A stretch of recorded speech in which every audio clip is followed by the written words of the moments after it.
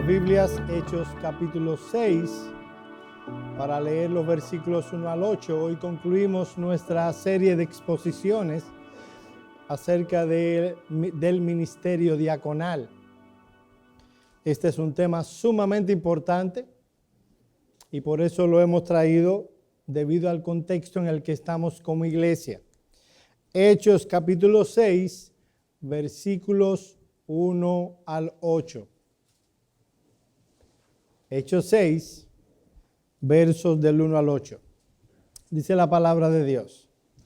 En aquellos días, como creciera el número de los discípulos, hubo murmuración de los griegos contra los hebreos, de que sus viudas de aquellos eran desatendidas en la distribución diaria. Entonces los 12 convocaron a la multitud de los discípulos y dijeron: no es justo que nosotros dejemos la palabra de Dios para servir a las mesas. Buscad pues, hermanos, de entre vosotros a 7 varones de buen testimonio, llenos del Espíritu Santo y de sabiduría, a quienes encarguemos de este trabajo. Y nosotros persistiremos en la oración y en el ministerio de la palabra. Agradó la propuesta a toda la multitud y eligieron a Esteban, varón lleno de fe y del Espíritu Santo, a Felipe, a Prócoro, a Nicanor, a Timón, a Parmenas y a Nicolás, prosélito de Antioquía, a los cuales presentaron ante los apóstoles, quienes orando les impusieron las manos.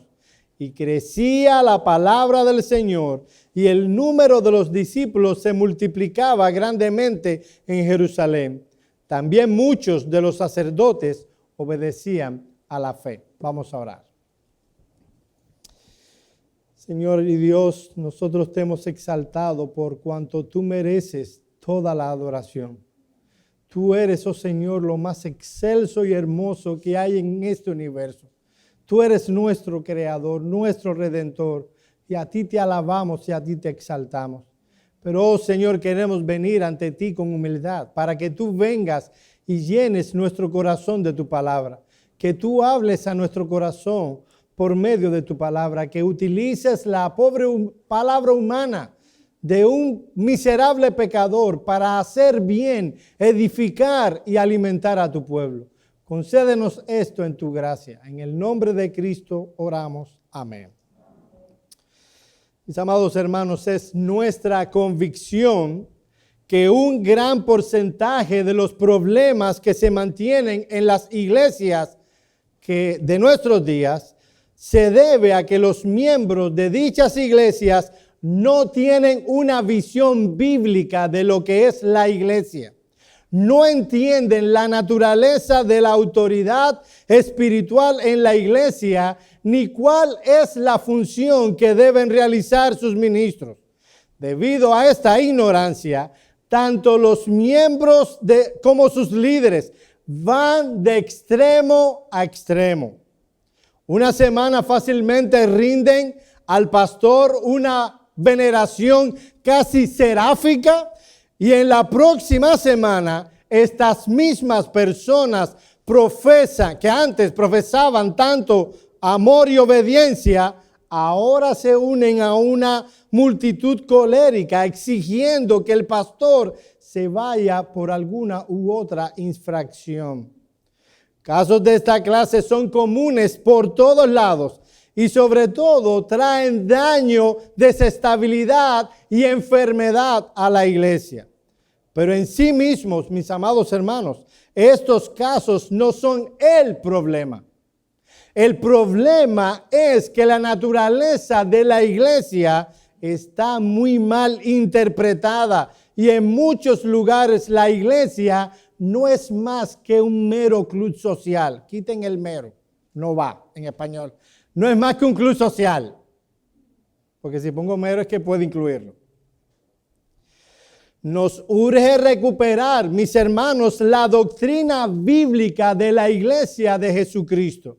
La enseñanza sobre los ancianos y diáconos forma parte integral de esta doctrina. Es por eso que le hemos dedicado 5 domingos a esta enseñanza.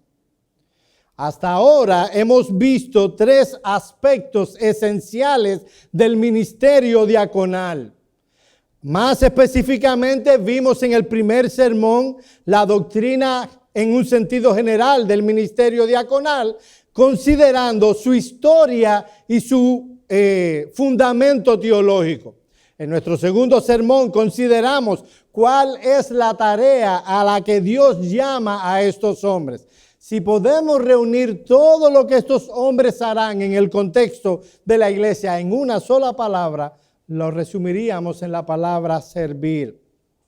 Es eso, a grosso modo, la tarea que ha llamado Dios a estos hombres.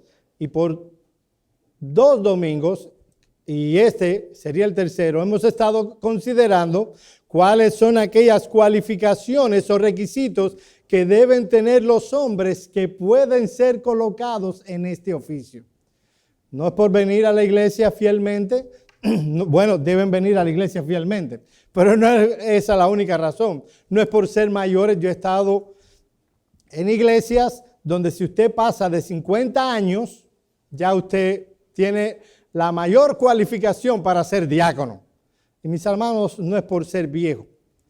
Yo sé que los de 50 no nos sentimos viejos. Yo ya estoy ahí ya, me quedan 2 añitos. Pero si le preguntamos a nuestros muchachos dirán que somos unos viejos. Pero no es eso. Así que hemos estado considerando cuál es el carácter que debe distinguir a estos hombres. Y hemos dicho que si reunimos todas las características que la Escritura presenta para describir a los diáconos, vemos que pueden ser resumidas en 3 áreas. En primer lugar, los diáconos deben poseer requisitos espirituales. Deben ser cristianos, deben ser llenos del Espíritu Santo. Deben tener requisitos personales, deben ser honestos, deben poseer integridad. Pero faltó uno de esos grupos de cualificaciones que decíamos. Y que lo que decimos es que los diáconos deben poseer requisitos sociales y prácticos. Ese es el último nivel de cualificaciones. Los diáconos deben poseer requisitos sociales y prácticos. ¿A qué nos estamos refiriendo con eso? Bueno, mis amados hermanos, cuando nosotros consideramos las cualificaciones, nos damos cuenta que estos hombres, en primer lugar, deben caracterizarse y deben manifestar, debe ser evidente que ellos poseen el don de servicio. Cuando nosotros vamos a la Escritura, se nos enseña, hablando de los creyentes que han sido salvados, se nos dice que cada uno de ellos posee al menos un don espiritual. Todo verdadero cristiano, todo, tiene al menos un don espiritual que debe ser puesto al servicio de la iglesia. Entre esos dones está el de enseñanza, la exhortación, el liderazgo, la administración, el apostolado, que ya pasó, pero está en la lista, el predicar, que es la profecía, etcétera, etcétera. Pero hay un don que es muy marcado en cada una de las listas que aparece en el Nuevo Testamento, sobre todo la lista que aparece en Romanos 12 y 1 Corintios 12, y es el don de servicio. Eso es un don de servir. Mis amados hermanos, déjenme decir esto porque lo he dicho desde el principio. Aunque todo cristiano debe estar dispuesto y debe servir, estamos hablando de alguien que es evidente que su don, su cualidad, su capacidad dada por Dios es la de servir a otros. Aunque todo creyente está llamado a fortalecer, a acrecentar de forma consciente y deliberada su disposición, su espíritu de servir, sin embargo, hay personas a quienes Dios soberanamente le otorga el don, la capacidad de servir. Y estos hombres que Dios llama al diaconado deben poseer este don, el don de servicio. Atiendan acá, mis amados hermanos. Hay algo importante que está pasando. Ahora, cuando una iglesia coloca a un hombre en el ministerio, la iglesia, no toma a alguien que está sentado y para que se avive, para que, como decimos en Cuba, se ponga las pilas, le decimos, ahora tú vas a ser diácono. Hay iglesias, de verdad, que le dan responsabilidades a las personas para que las animen. Mis amados hermanos, ninguna responsabilidad en la iglesia es para animar a nadie. Las responsabilidades, los servicios en la iglesia, se le dan a aquellos que ya están animados. El que no está animado, no se le da responsabilidades. Se le amonesta, se le exhorta a que se animen. Y entonces se le darán responsabilidades. Los dones que da Cristo deben ser evidentes en esa persona. Debe ser evidente que este hombre tiene en el servicio a Dios una prioridad en su vida. No es algo que está por aquí, por allá, que lo hace de acuerdo a las disponibilidad de su tiempo. No, es alguien que procura, arma su horario en la semana porque él tiene una prioridad entre otras, servir a su Dios sirviendo a su iglesia. Déjeme decirle una cosa, ninguna iglesia pone diáconos, ningún pastor pone diáconos. ¿Sabe a lo que Dios nos ha llamado como iglesia? A reconocer a los diáconos que Cristo pone en la iglesia. Es eso lo que nosotros vemos en Mateo, en 1 Tesalonicenses capítulo 5, donde Pablo exhorta a la iglesia en Tesalónica a reconocer a aquellos a quienes Dios ha llamado al ministerio. Lo mismo pasa en el ministerio diaconal. Vemos a alguien sirviendo. Vemos a alguien que tiene como prioridad servir. Y entonces lo vemos como un don de Cristo para la iglesia y se pone en el ministerio diaconal. Así que una de las características prácticas que debe tener aquel a quien Dios llama al diaconado es que es obvio que tiene el don de servicio. En segundo lugar, debe ser un hombre lleno de sabiduría. Miren una vez más Hechos 6:3, hablando de las cualificaciones que tenían que tener aquellos que serían llamados al ministerio diaconal.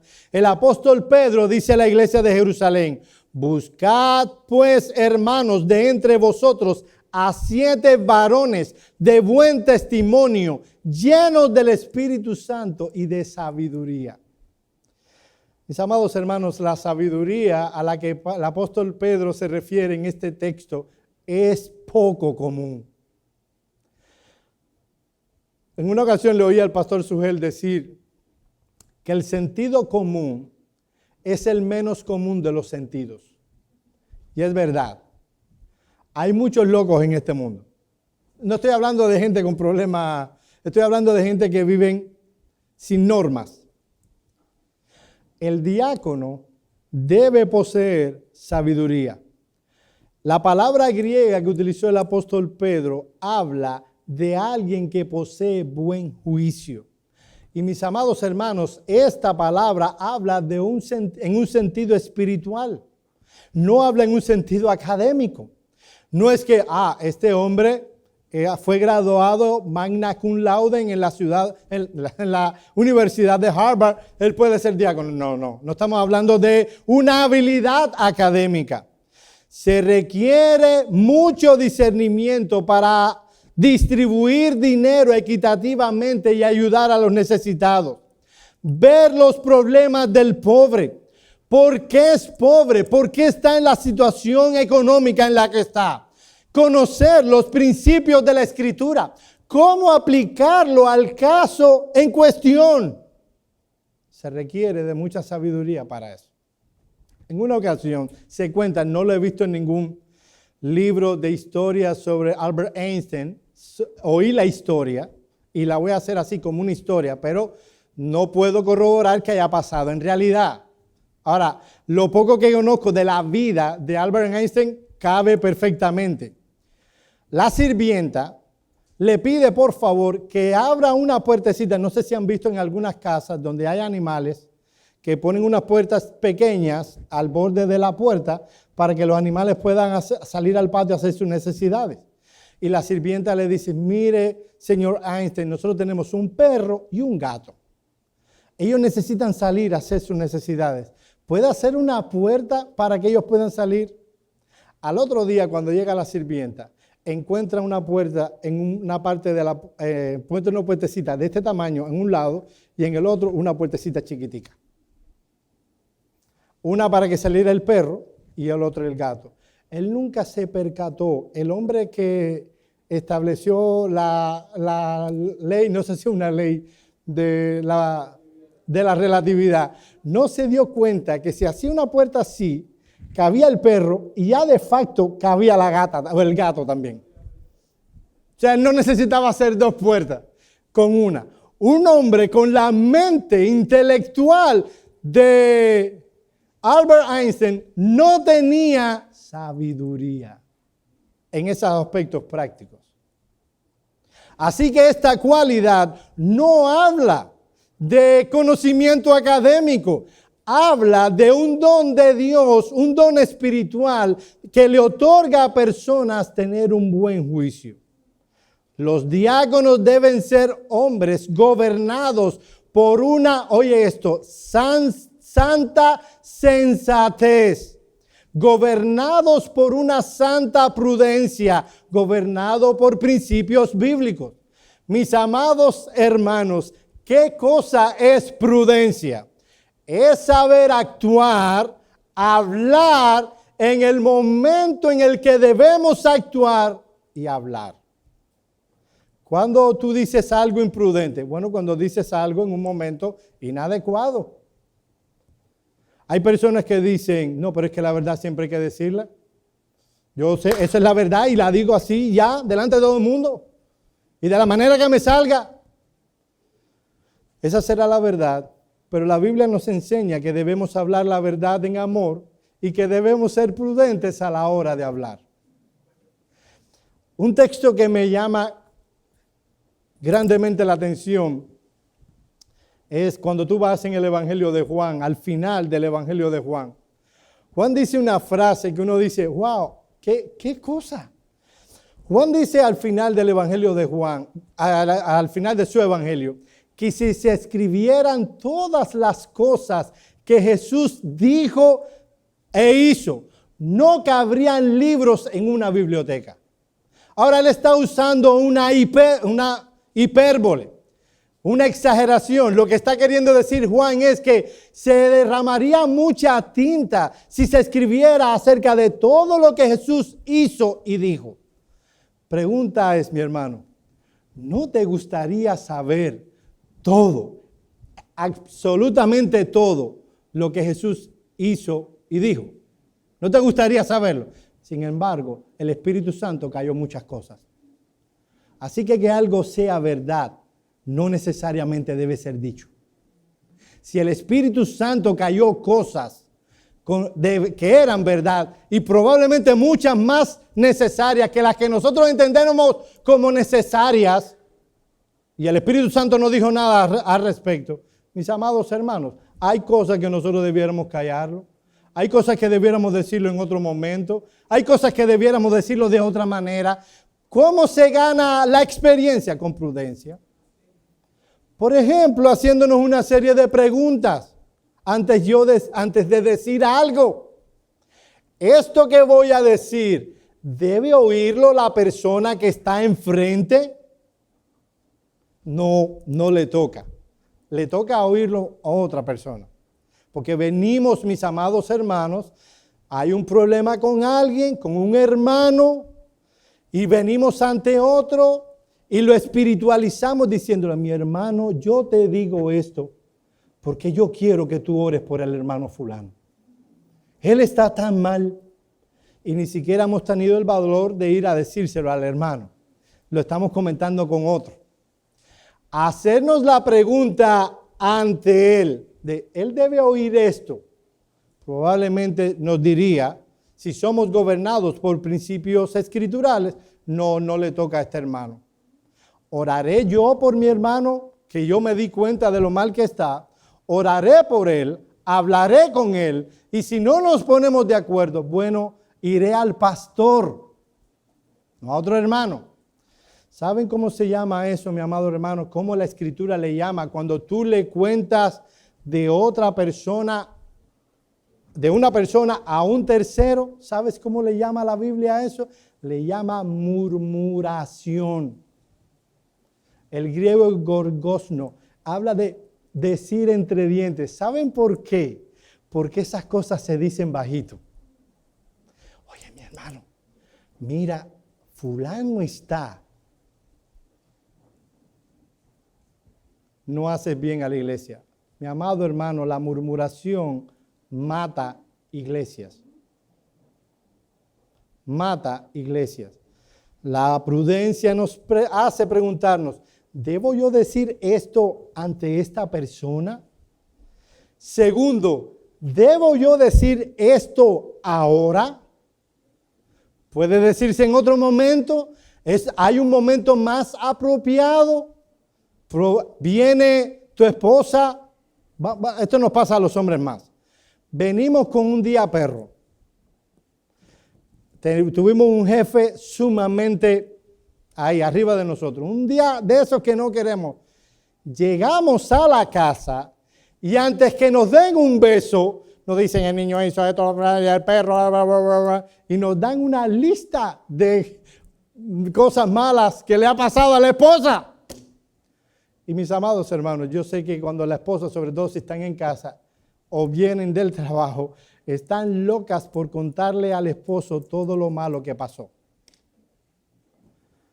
La pregunta es, ¿ese es el momento para dar todas las malas noticias juntas? Yo he aprendido algo en el trabajo y déjenme hacer un paréntesis aquí. A veces hay un asunto que tengo que hablarlo con el jefe, con mi jefe. Por ejemplo, estuve hablando hace poco del asunto de trabajar los domingos. Hay personas que tienen la mala costumbre que el jefe viene, y él viene a las 8 de la mañana, nosotros estamos ya laborando desde las 5. Nosotros ya estamos conectados a esa hora, pero ella viene conectándose y le cae.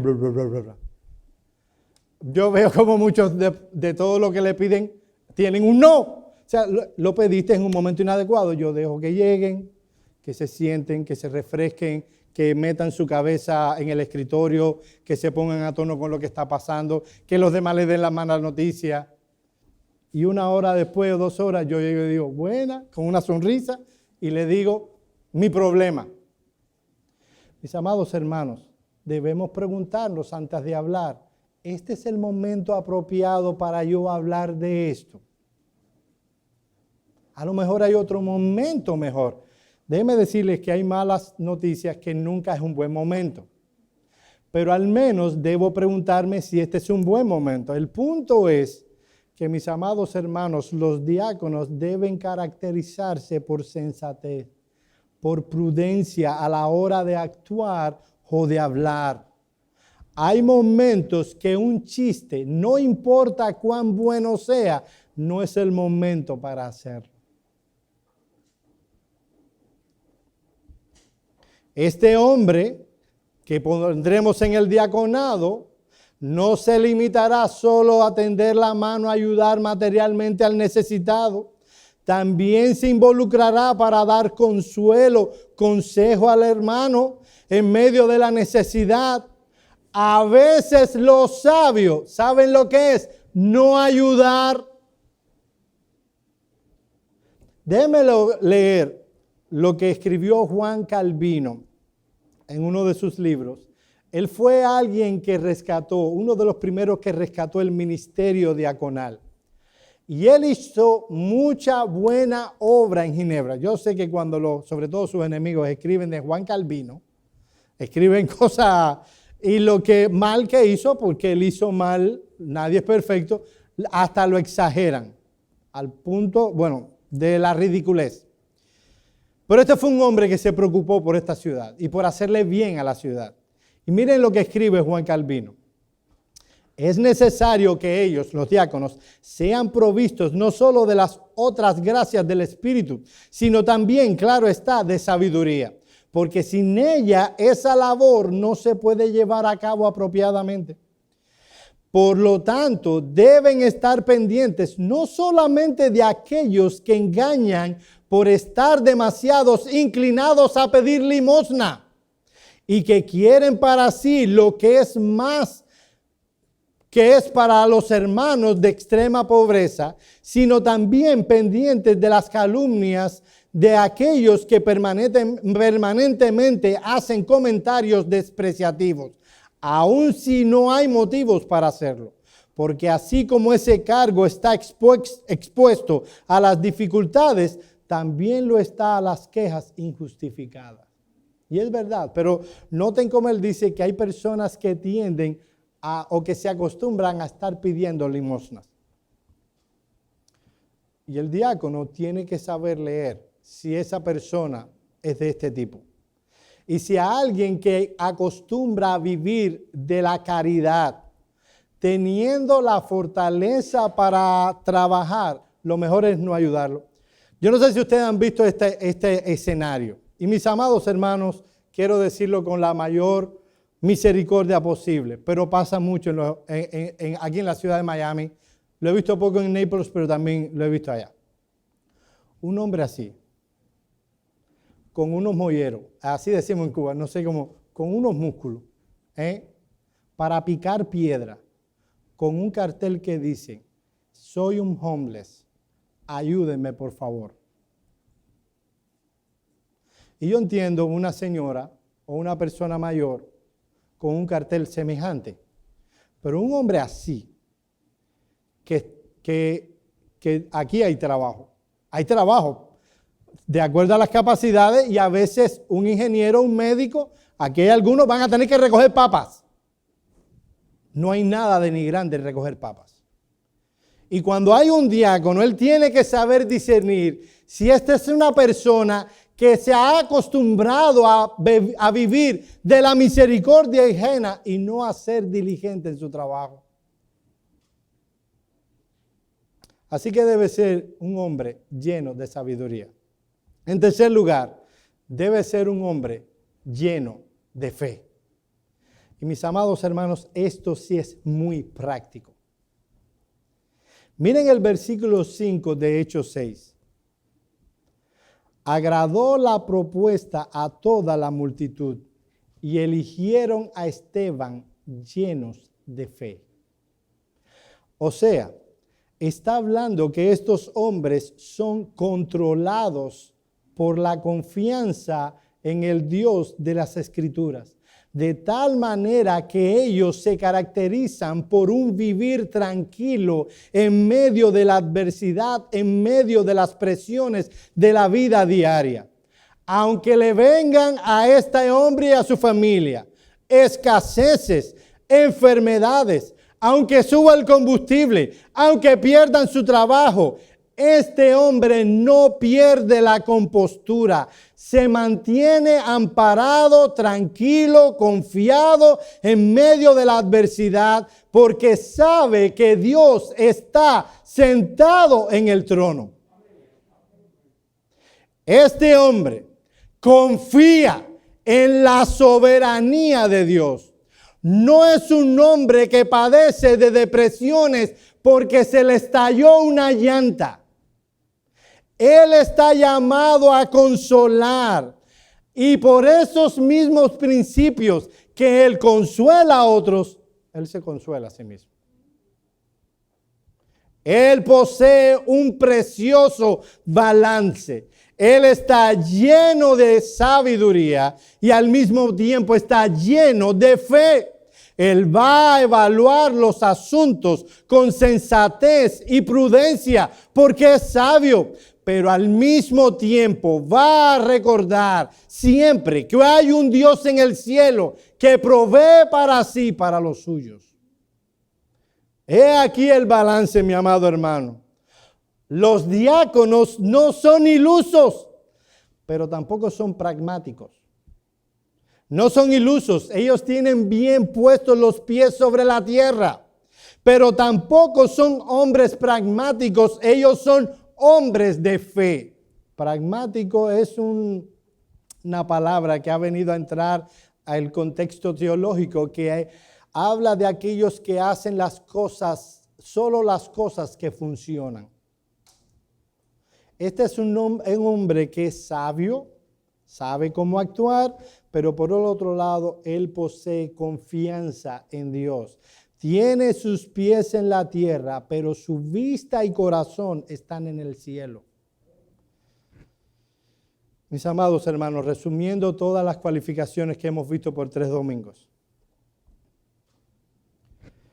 A la hora de considerar a un hombre para el ministerio diaconal, debemos hacernos las siguientes preguntas. ¿Hay evidencia de madurez cristiana en esta persona? ¿Lo exhibe en su manera de vivir? ¿Posee suficiente conocimiento doctrinal que le capacite para discernir la verdad del error? ¿Vive este hombre un estilo de vida que no contradice la verdad que profesa creer? ¿Es un hombre respetado por su testimonio? ¿Hay evidencia de sus gracias y virtudes de las cuales podemos aprender todos? ¿Se puede confiar porque este es un hombre de una sola palabra? ¿Es un hombre reservado? Él va a tener que saber muchas intimidades. Cuando le digamos a uno de nuestros diáconos, mira, hace falta ayudar al hermano fulano, que él ha perdido su trabajo. Tú puedes ir a asistirlo allí. Este diácono irá y se sentará con él a ver qué es lo que necesita, cómo podemos ayudarlo. Y probablemente esa persona tendrá que decir algunas de sus intimidades. ¿Cuánto dinero necesita para pagar el mortgage o la renta? Son cosas privadas. Y este hombre tiene que saberlas y tiene que ser reservado. Más preguntas. ¿Es un hombre controlado por sus apetitos y deseos? ¿O es un hombre que carece de dominio propio? ¿Tiene su corazón puesto en las cosas de este mundo o tiene su corazón puesta en las cosas del Señor? ¿Este hombre tiene una disposición evidente al servicio? ¿Puedo yo con limpia conciencia reconocer que este es un don de Cristo que ha apartado para la iglesia como diácono? ¿Puedo yo con libertad apoyar el ministerio de este hombre? ¿Puedo yo con libertad en el día de mañana, con una limpia conciencia, orar por él? Estas son preguntas que debemos hacernos. Y mis amados hermanos, el próximo domingo, luego del culto, los miembros de esta iglesia estaremos haciendo propuestas. Y estas son preguntas que debiéramos analizar en casa. Ya no haremos estas propuestas basados en nuestra idea personal y particular de las características que deben tener los diáconos. Ya sabemos lo que la Biblia dice al respecto. Ya sabemos mucha información. Ahora es momento de aplicarlo. Estas preguntas nos van a ayudar a la hora de involucrarnos como iglesia y aún orar por aquellos hermanos que cumplen y que pueden responder afirmativamente a estas preguntas. Ahora, en el tiempo que nos queda, nosotros queremos hablar de los incentivos para el ministerio diaconal. Hasta ahora se puede decir que hemos dado piedras y palos. Una hermana con mucho amor se me acercó y me dijo, oye, has tomado a los hombres en esta serie y los has... Y déjeme decirle que estos hombres son hombres fuertes y aguantan esto. ¿No es verdad? Bien. Así que ellos están bien con esto, no hay ningún problema. Pero la Biblia no solo nos habla de las cualificaciones, también nos habla de los incentivos para entrar al ministerio pastoral.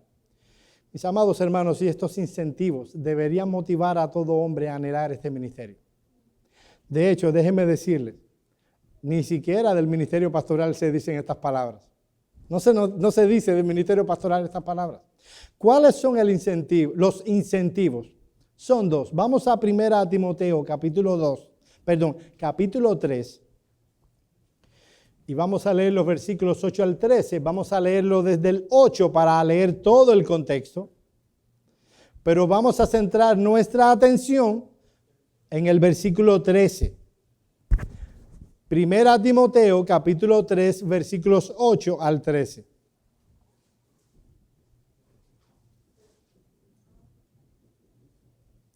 Hermanos, las hermanas velan por ustedes y quieren que yo los trate con cariño. Yo los estoy tratando con cariño. Primera Timoteo, capítulo 3, versículos 8 al 13.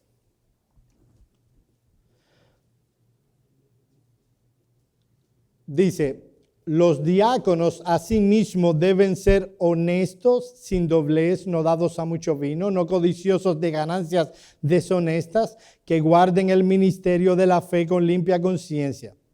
Y estos también sean sometidos a prueba primero, y entonces ejerzan el diaconado si son irreprensibles. Las mujeres asimismo sean honestas, no calumniadoras, sino sobrias, fieles en todo. Los diáconos sean maridos de una sola mujer y que gobiernen bien a sus hijos y a sus casas. Y aquí viene: porque los que ejerzan bien el diaconado ganan para sí un grado honroso y mucha confianza en la fe que es en Cristo Jesús. En el verso que acabamos de leer se promete una doble recompensa para los diáconos fieles en el desempeño de su oficio. ¿Qué se le promete? Que ganarán para sí un grado honroso y mucha confianza en la fe que es en Cristo Jesús. Mis amados hermanos, esto es tremendo. Es bueno decir que esto, repito, no se dice de los pastores. ¿Por qué? Bueno, puedo aventurarme a decir que dado que los diáconos no gobiernan ni enseñan en la iglesia como parte integral de su ministerio, algunos pueden tener la triste tendencia de menospreciar el oficio del ministerio diaconal. Y probablemente esta es una de las razones que movió al Espíritu Santo a escribir o a revelar o a inspirar un versículo como este. Los siervos del pueblo de Dios serán premiados por su fidelidad al servicio de Cristo. Ahora bien, yo sé que algunos de ustedes pueden extrañarse al oír, y estoy viendo la cara de algunos, la expresión recompensa, premio, o que Dios ponga que va a premiar algo en su palabra.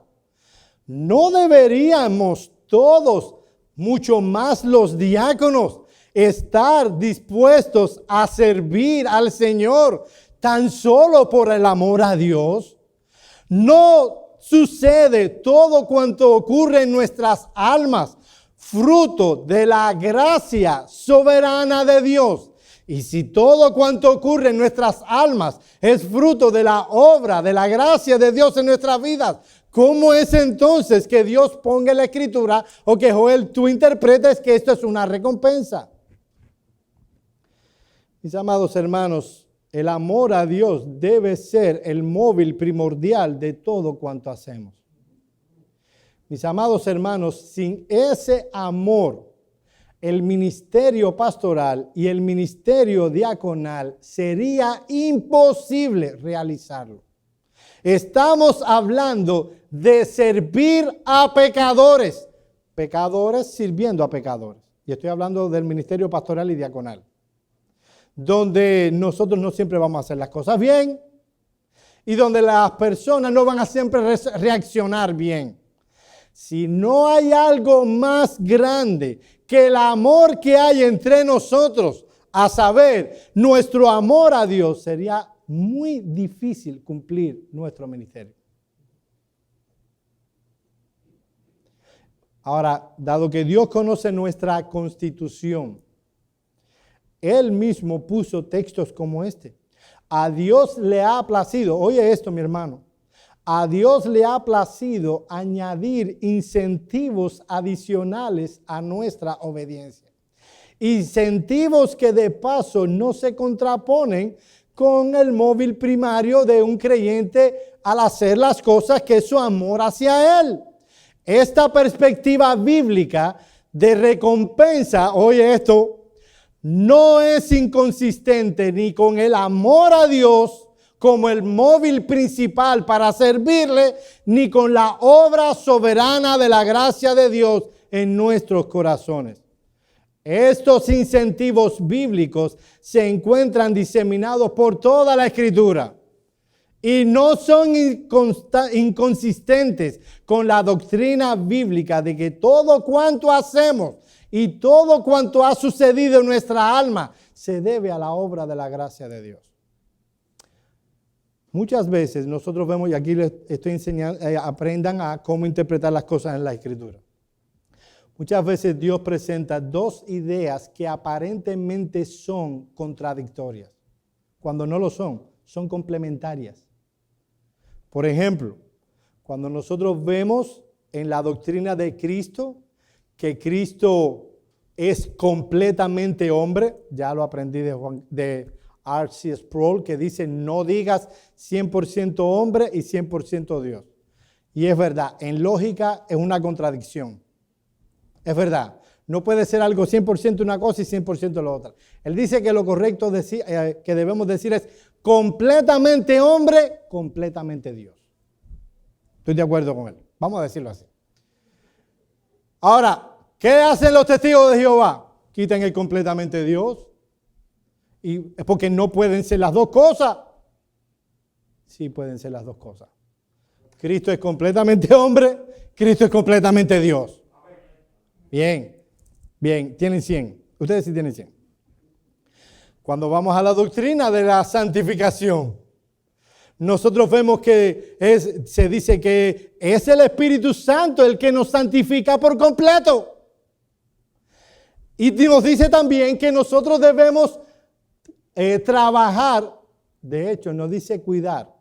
Los que creen en la caída de la gracia meten un cuidar que nos dice que no va ahí. Ellos dicen ese texto cuando lo citan, cuidad vuestra salvación con temor y temblor. No dice eso. Dice, ocúpate en eso. Ocúpate en tu salvación con temor y temblor. De hecho, katergasne, la palabra griega que aparece ahí, es la palabra que utiliza el evangelista cuando habla que Jesús se encuentra con Pedro y su hermano y estaban remendando las redes. Ocúpate, trabaja en la salvación que Dios te ha dado, porque es Dios el que produce el querer como el hacer por su buena voluntad. El siguiente texto. Aquí vienen los pietistas y dicen, todo lo que va a pasar en la vida cristiana, en tu crecimiento, va a ser determinado único y exclusivamente por lo que tú hagas. Así que en tus manos y solo en tus manos está tu crecimiento en la gracia. Olvidando el siguiente texto que dice que Dios es el que produce el querer como el hacer por su buena voluntad.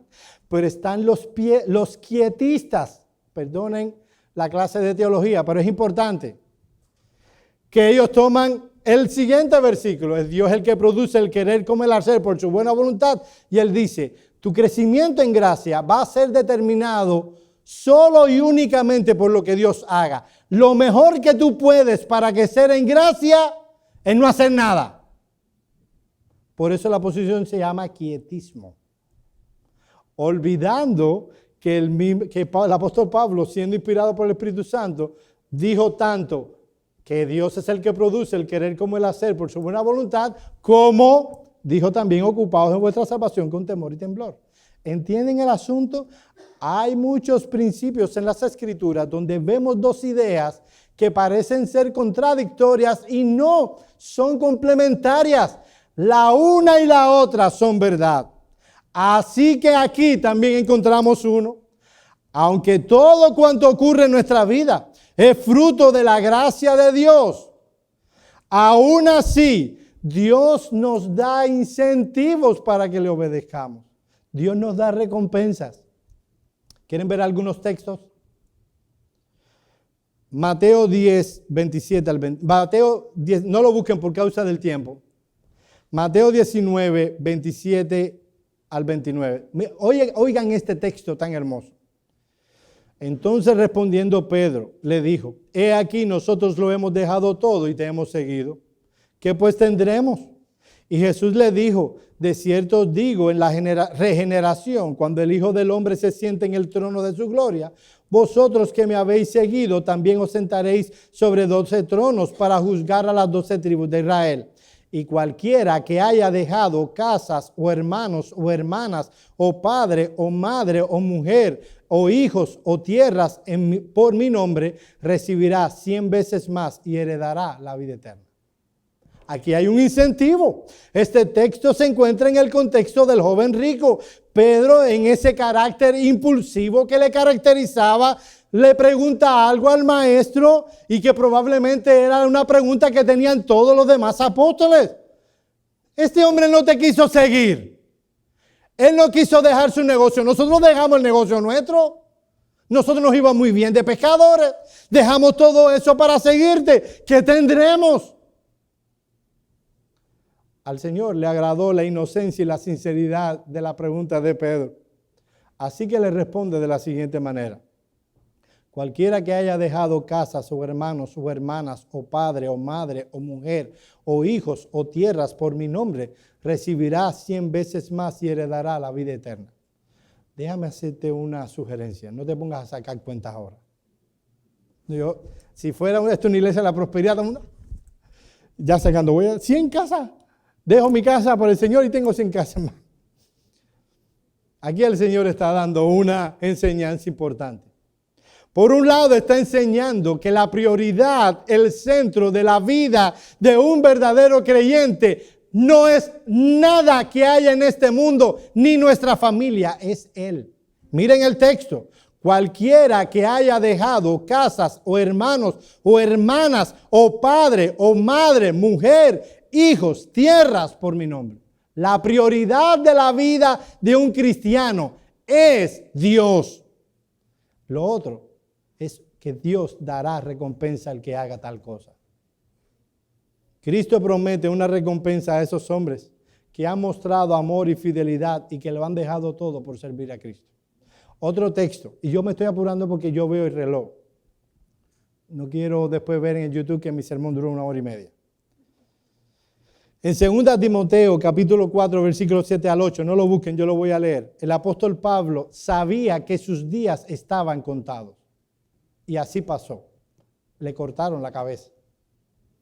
En ese contexto, con la conciencia de que sería pronto juzgado, oigan este hermoso texto. El final de su día. Dios nos conceda que a cada uno de nosotros podamos poner en nuestra lápida, gracias, si lo tienes, si la vas a tener, algo así. He peleado la buena batalla, he acabado la carrera, he guardado la fe. Por lo demás me está guardada la corona de justicia, la cual me dará el Señor juez justo en aquel día, y no solo a mí, sino también a todos los que aman su venida. Qué hermoso. Dios dice que nos dará una corona, y yo no espero, como decía hace unos domingos atrás, es una recompensa, no por nada que yo haya hecho. Hebreos 6:10. Porque Dios no es injusto para olvidar vuestra obra y el trabajo de amor que habéis mostrado hacia su nombre, habiendo servido a los santos y sirviéndoles aún. Ven, mis amados hermanos, cómo Dios promete recompensas. Recompensas que no merecemos, pero Él las promete. Quiero aclarar que Dios no está obligado a recompensarnos. Ni tampoco es propio de nosotros que reclamemos ninguna recompensa como por el servicio que hemos prestado. Oye esto, mi amado hermano. Más bien deberíamos considerarnos siervos inútiles cuando hacemos lo que se nos ha llamado a hacer. Dios ha decidido en su soberana voluntad, en su prerrogativa soberana, poner delante de nosotros esta perspectiva de que seremos recompensados por nuestra fidelidad y lo tomemos como un estímulo adicional al que debería impulsarnos el hecho de que le amamos por la salvación tan grande que Él nos ha dado. Ahora, ¿qué significa que el que se pone el que está en el ministerio diaconal gana para sí un grado honroso. O como lo pone Hendrickson, gana una noble posición. Bueno, voy a hacérselo rápido, la historia. Hay algunos comentaristas que dicen que lo que enseña el texto es que aquellos que hacen bien el diaconado pueden llegar a ser pastores de la iglesia. Como niveles. Entras en el diaconado, lo haces bien, ¡pum! Para el ministerio pastoral. Déjenme decir dos cosas. Yo no estoy de acuerdo con esa postura, obviamente, para nada. Déjenme decir, primero, es verdad, si una iglesia está buscando más pastores, el primer lugar donde debiera mirar son sus diáconos, son hombres cualificados. Pero no necesariamente Dios tenga que poner un diácono en el ministerio pastoral. Hay hombres que solo anhelan el ministerio diaconal, que son fieles y que estarán toda su vida siendo solamente diáconos. Y por el otro lado, hay pastores que nunca pasaron por el diaconado. Un ejemplo de eso soy yo. De hecho, la mayoría de los pastores que conozco no pasaron previamente por el diaconado. Fueron directamente al ministerio pastoral, porque su anhelo lo tenían bien claro y era el ministerio pastoral. No pasaron por el ministerio diaconal. Ahora, ¿qué significa que ganaron un grado honroso? Déjenme buscar.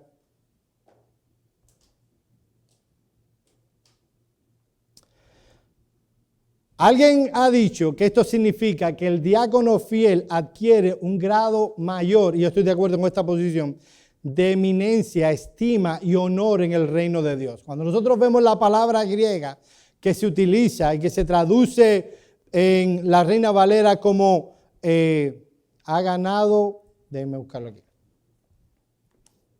Pedí más tiempo por resumirlo con mis palabras que por leerlo.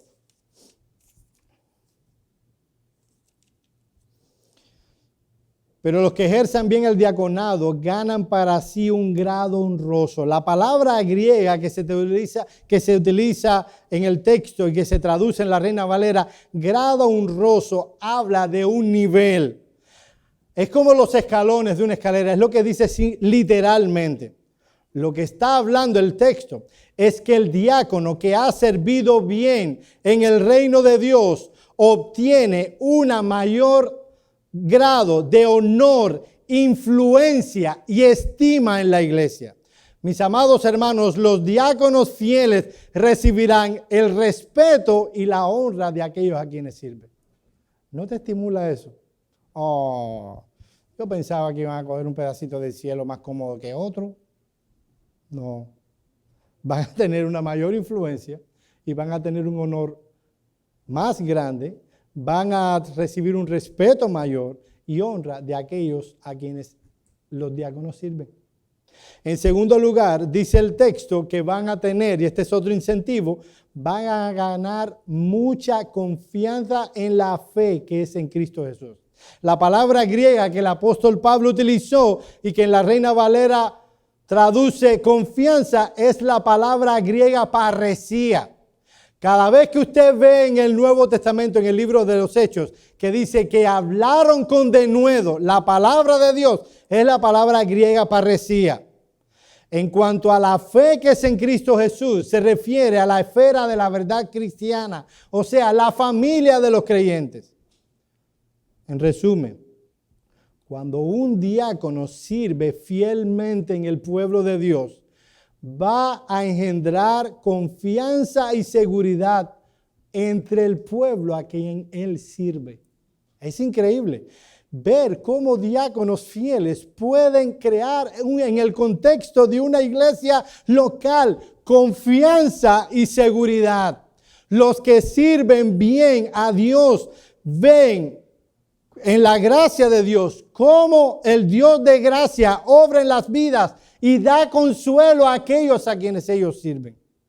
O sea, ellos verán el fruto de su trabajo, verán el fruto de su esfuerzo. Dios bendecirá el esfuerzo de estos hombres, dándole a la iglesia confianza y seguridad. Tú me puedes decir, pero ven acá, la iglesia no debería tener confianza y seguridad sabiendo que Dios está en el cielo, que Dios gobierna todas las cosas? Sí, y por eso da diáconos también. Para que el pueblo, la iglesia, pueda tener confianza y seguridad, porque tiene hombres fieles que le están sirviendo. Mis amados hermanos, lo que está diciendo el apóstol Pablo, que en la medida que en una iglesia hay diáconos y las personas de la iglesia empiezan a entrar en aflicciones, esas personas dirán, wow, qué bueno que tengo a Dios en el cielo, que Él gobierna todas las cosas, que Él me cuida, que puedo decir, en paz me acostaré y asimismo dormiré, porque solo tú, oh Dios, puedes hacerme vivir confiado. Pero gracias también, porque en mi iglesia hay hombres, dones que se ocupan por nosotros. Mis amados hermanos, qué bendición es tener una iglesia donde hay hombres que sirvan al Señor en el contexto de su iglesia. El servicio fiel tiene recompensas, un grado honroso y mucha confianza en la fe que es en Cristo Jesús. Estas no son recompensas por ambición, no son recompensas que uno se proponga obtener, son recompensas que Dios otorga por su misericordia. Aquellos que sirven bien en los varios oficios que Dios lo pone en la congregación, recibirán cada vez más honor y respeto a los hermanos en la fe. Y ya me estoy poniendo nervioso cuando se paran la gente. Déjeme concluir mi serie con unas cuantas palabras de aplicación. Y yo quisiera que me dediquen estos últimos momentos y que se concentren en lo que voy a decir. ¿Qué hemos aprendido a lo largo de toda esta serie que es tan importante para nosotros? En primer lugar, aprendemos que Dios se cuida mucho de aquellos que ejerzan el ministerio. Perdón, déjenme leerlo de otra manera. Que Dios se cuida mucho de que aquellos que ejerzan el ministerio estén debidamente llamados y cualificados para el ejercicio de su oficio. Mi amado hermano, oye esto. Nadie debe ser un oficial de la iglesia si no está debidamente cualificado o llamado. Mis amados hermanos, y eso incluye a este miserable pecador. Cuando yo veo el Nuevo Testamento, el oficio pastoral no es, ¿cómo se llama? De esos grados vitalicio. No es vitalicio. Mis amados hermanos, no deben ver mi ministerio como un ministerio vitalicio. Yo soy pastor de esta iglesia mientras manifieste ante ustedes las cualificaciones del ministerio pastoral. No debe entrar alguien al ministerio pastoral mientras no evidencie las cualificaciones. No debe ser llamado nadie al ministerio diaconal a menos que no evidencie las cualificaciones. Esto no es un asunto vitalicio. El día que me ponga viejito, yo sé que me dolerá en el corazón, y yo me retire, nadie tiene por qué llamarme pastor. Mi papá en una ocasión, alguien que fue en Cuba pastor, llegó aquí, no porque yo soy pastor, y mi papá le dijo muy sabiamente, si tú eres pastor, ¿dónde están tus ovejas?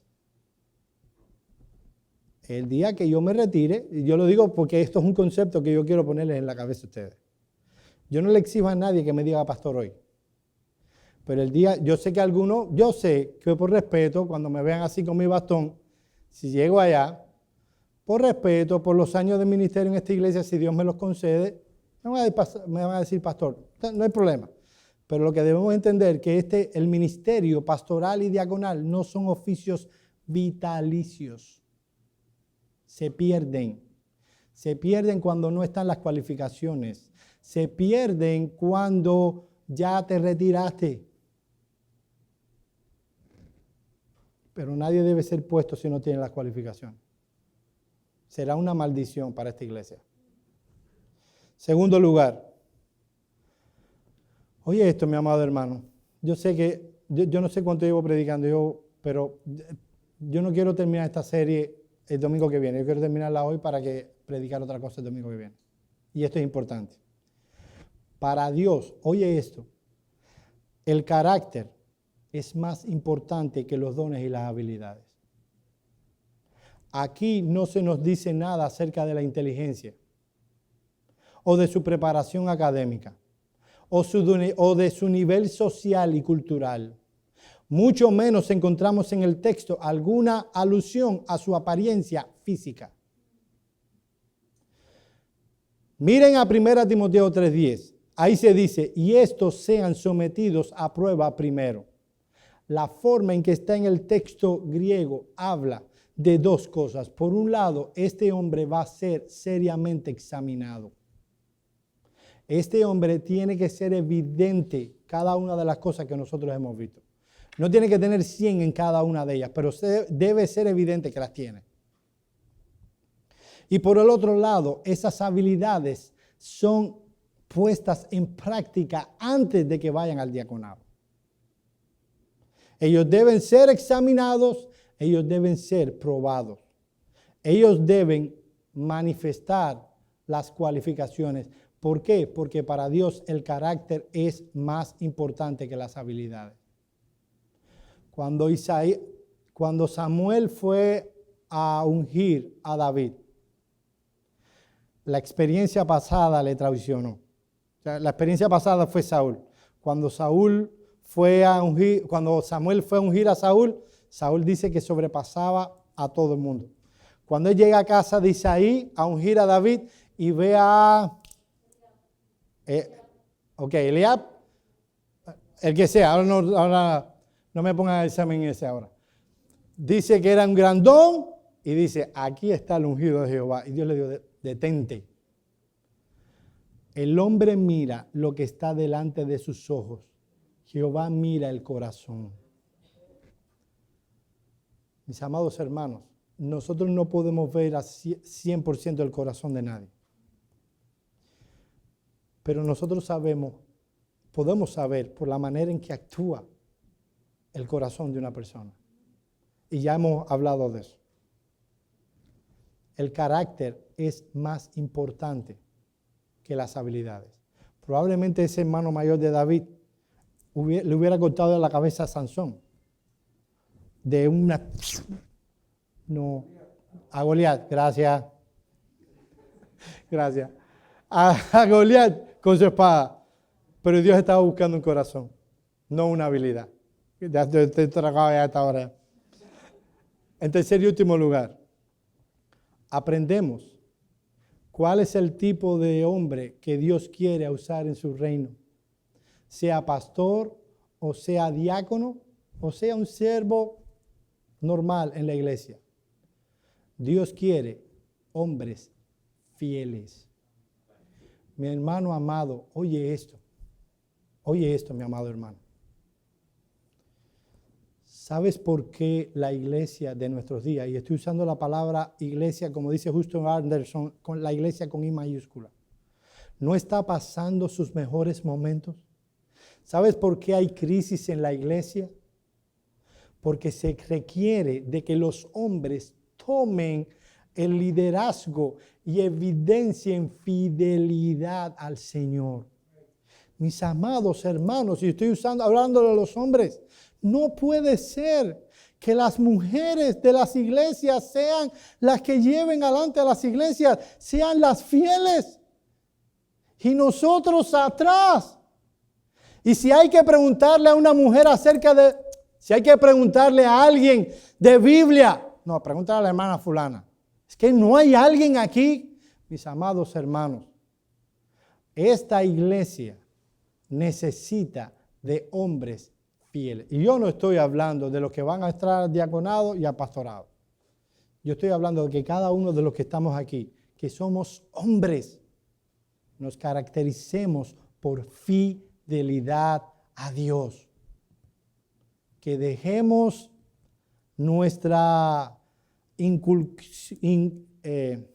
todo lo que nos han inculcado, el feminismo, Leía hace un tiempo de el 80%, este es un escritor cristiano, decía el 80% de los maestros en la escuela son mujeres.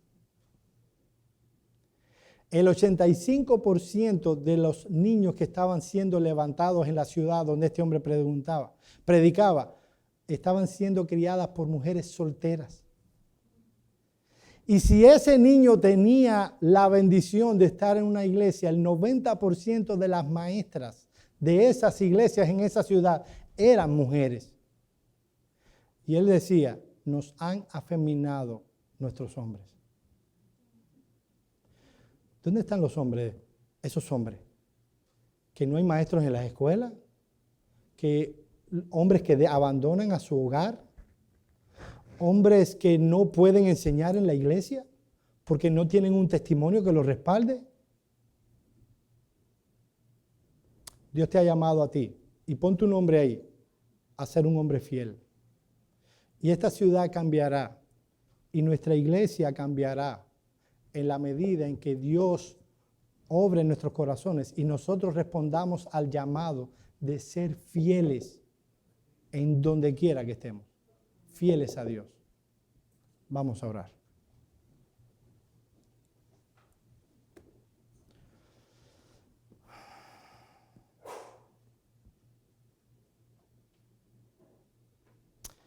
Señor y Dios, nosotros te honramos, te glorificamos. Tú eres bendito por los siglos. Tú mereces nuestra honra. Oh Señor, gracias te damos por tu plan de salvación y gracias por el plan que ideaste en la iglesia. Te pedimos, oh Señor, que podamos reconocer a esos hombres dones y que puedan ser instituidos, puestos, obra en ellos. Levanta más hombres. Señor, que podamos pelear tus batallas, que podamos pelear tus batallas en nuestra casa, en nuestro trabajo, en la iglesia, para que tú seas honrado, tú seas glorificado. Señor, sigue obrando en nuestros corazones. En el nombre de Cristo oramos. Amén.